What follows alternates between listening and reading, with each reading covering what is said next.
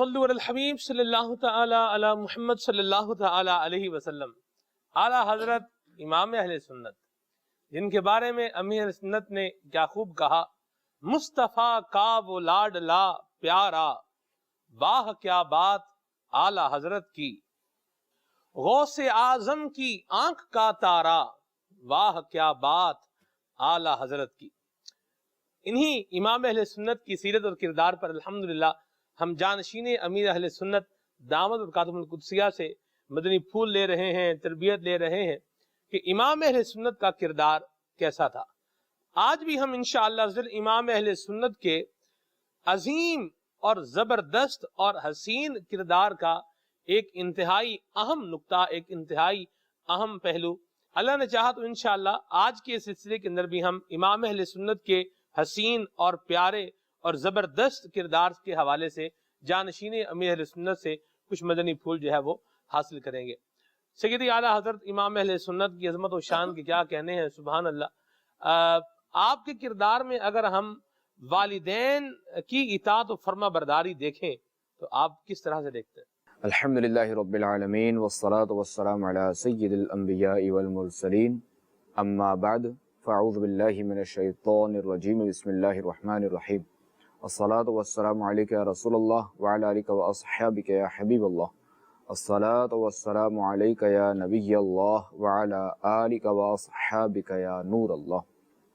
دیکھیں اعلیٰ حضرت جو ہے وہ اتنے بڑے عالم تھے، اتنے بڑے فقیہ تھے، ولایت کے مرتبے پر فائز تھے، ہمارا حسن ظن ہے، اتنی بڑی شخصیت کے مالک تھے، مگر اس کے باوجود جو ہے وہ والدین کی اطاعت ان کے اندر جو کوٹ کوٹ کے بھری ہوئی تھی، والدین سے محبت کوٹ کوٹ کے بھری ہوئی تھی، یعنی یہ کہہ سکتے ہیں۔ اصل میں چونکہ جو بندہ جتنا ہی اعلیٰ مرتبے پر ہوگا، دینی مرتبے میں جتنا ہی بلند ہوگا، تو وہ اپنے والدین کی اطاعت میں بھی اتنا ہی آگے ہوگا اور ان کے ساتھ حسن سلوک میں بھی وہ اتنا ہی آگے ہوگا۔ جیسے ایک ہے نا کہ پچھلے دنوں سوشل میڈیا پہ گھوم بھی رہا تھا کوئی میسیج ایک کہ بیٹا اگر ڈاکٹر بن جائے، انجینئر بن جائے، پائلٹ بن جائے، پڑھا لکھا بن جائے، تو والدین جو ہے وہ تھوڑا احتیاط سے بات کرتے ہیں کہ بیٹا ناراض نہ ہو جائے، بیٹے کو کوئی بات بری نہ لگ جائے، اور بیٹا اگر عالم بن جائے تو بیٹا والدین سے اس طرح بات کرتا کہ کہیں بے ادبی نہ ہو جائے۔ تو علم کی تو شان ہی یہی ہے، ہمارا مذہب بھی ہمیں یہی سکھاتا ہے، دین اسلام بھی اسی بات کی تعلیم دیتا ہے، والدین کی اطاعت کی۔ تو یہ حسن سلوک اور یہ اطاعت کب ملتی ہے کہ بندہ دینی مرتبے میں جتنا زیادہ ہوگا، علم اس کے پاس جتنا زیادہ ہوگا، تو اتنا ہی وہ اس میں بھی ترقی کرے گا۔ سبحان اللہ، سبحان اللہ۔ اعلیٰ حضرت نے کیسے ادب کیا اپنے ماں باپ؟ اعلیٰ حضرت کا جو ہے، جب ان کے والد محترم مولانا نقی علی خان رحمۃ اللہ تعالی علیہ کا جب وصال ہوا، تو جو بھی وراثت کا جو اعلیٰ حضرت کا جو تھا، جو بھی وراثت میں ملا سیدی اعلیٰ حضرت کو، تو اعلیٰ حضرت نے ان سب کا جو پوری وراثت تھی اپنے حصے کی، یہ سیدی اعلیٰ حضرت نے جو ہے وہ اپنی والدہ محترمہ کو دے دی، ان کے آگے پیش کر دی، اپنا حصہ اپنی ماں کو پیش کر دیا، اپنا حصہ اپنا مال اپنی ماں کو پیش کر دیا۔ اب یہاں تک کہ سیدی اعلیٰ حضرت کو اگر کسی چیز کی ضرورت ہوتی تو وہ والدہ سے مانگتے، درخواست کرتے۔ یعنی سیدی اعلیٰ حضرت فرماتے ہیں کہ مجھے جو ہے نا وہ جب کتابوں کی ضرورت پڑتی، کتابیں خریدنے کی، تو اس کے لیے بھی میں اپنی والدہ سے میں درخواست کرتا، اور جب درخواست منظور ہوتی تب میں وہ کتابیں لیتا۔ اللہ اصل اعلیٰ حضرت نے یہ جو کتابوں کی مثال دی نا، یہ ذرا اس پہ ذرا رہے ذہن میں کہ کتابیں تو چونکہ سیدی اعلیٰ حضرت رحمۃ اللہ تعالی علیہ کا شغف ہی یہی تھا، ان کا کام ہی یہی تھا، علم دین کا حصول اور لوگوں کو نفع پہنچانا، تو اس کے لیے ظاہر ہے کہ ان کے نزدیک کتاب جو ہے نا بہت بڑی جو ہے نا وہ اہمیت رکھتی تھی۔ تو کیا فرماتے ہیں کہ کتابیں اگر مجھے لینی ہوتی تو جب تک والدہ اجازت نہ دیتی تو میں کتابیں نہ لیتا۔ تو یہ تھی ان کی اطاعت۔ ایک تو یہ ہے، اور ہمارے معاشرے میں تو حضور یہ ہے کہ لوگ ماں باپ پر اگر خرچہ کرنے کی باری آئے تو اس کو بوجھ سمجھتے ہیں، یار ان پر خرچہ کرنا پڑے گا۔ اس طرح کے الفاظ بھی سنے ہیں ماں باپ کے بیمار ہونے پر کہ آپ دعا کریں اللہ ان کے پردے پوش کر دے۔ پردے پوش کرنے کا مطلب یہ ہوتا ہے کہ بس اب یہ فوت ہی ہو جائے۔ اس طرح کی بھی جو ہے نا وہ اولاد وہ ہے معاشرے کے اندر، کیا کہیں گے آپ؟ یہ تو ظاہر ہے کہ بہت